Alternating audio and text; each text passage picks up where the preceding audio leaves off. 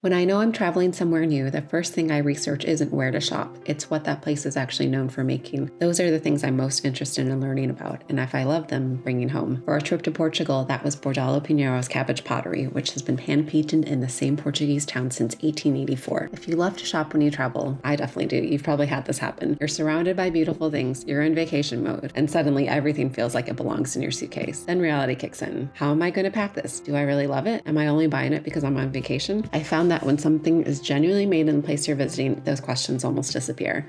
Those pieces become more than purchases. They become reminders of where you were, who you were with in that moment in time. Years later, you still remember exactly where you found them. When I travel, I always make time for three things: antique stores, outdoor markets, and whatever's made locally. Those are usually the pieces with the most character and the best stories. So when we planned our Portugal trip, visiting the Bordallo Pinheiro factory and Caldas de Arena wasn't optional. I wanted to see where this pottery has been made and hand-painted for more than 140 years. Part of the joy for me is seeing where something comes from. But if your goal is to bring a few pieces home, you don't have to make the trip to the factory. You'll find Bordallo Pinheiro throughout Portugal, and in my experience, the pricing was essentially the same. One practical tip though, the most popular patterns, especially the Cabbage collection, can sell out at individual stores. I was only shopping for a set of 4, so it wasn't an issue, but if you're hoping to build a larger collection, it's worth checking more than one location.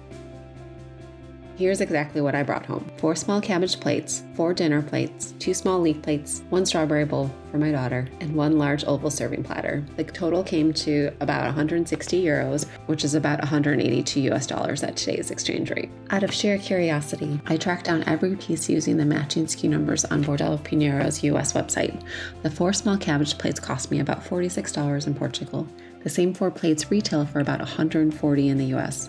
The dinner plates were about $59 in Portugal versus roughly $180 in the US. The 2 small leaf plates were about $16 in Portugal versus $50 for a set of 2 in the US. And the strawberry bowl was about $16 versus $50. Finally, the oval serving platter was about $46 versus $115 if purchased in the US. Altogether, I spent about $182 in Portugal.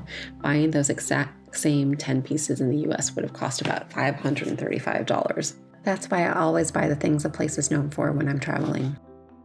One thing I didn't factor into those numbers was the VAT refund. Portugal offers visitors a VAT refund, which lets you reclaim a portion of the tax built into your purchase, but you have to ask for the paperwork before your transaction is processed. I didn't know that, and by the time I asked, it was too late. The transaction couldn't be reissued, and I left about 30 euros behind. Not the end of the world, but if I bought more, it all adds up. So if you're making a meaningful purchase anywhere in the EU, ask about the VAT paperwork before they ring you up. It's a small detail, but one that's worth knowing before you travel. I'm already keeping a running list for our next trip, because when there's a craft that's deeply connected to a place, pottery in Portugal, linen in Belgium, glass in Murano, that's where I want to bring it home from. Not just because it's usually less expensive, because every time I set the table, I remember exactly where I found it. I think the most interesting homes are collected that way. Not all at once and not from one store, but one intentional piece at a time, gathered over years and across different places. If you want to see how I track down pieces when I don't know where they're from, I made another video about the reverse image search trick I use all the time. You can watch that next. And if you're new here, I'd love to have you subscribe. I share a new design story or DIY every Friday. Thanks for watching. See you next time.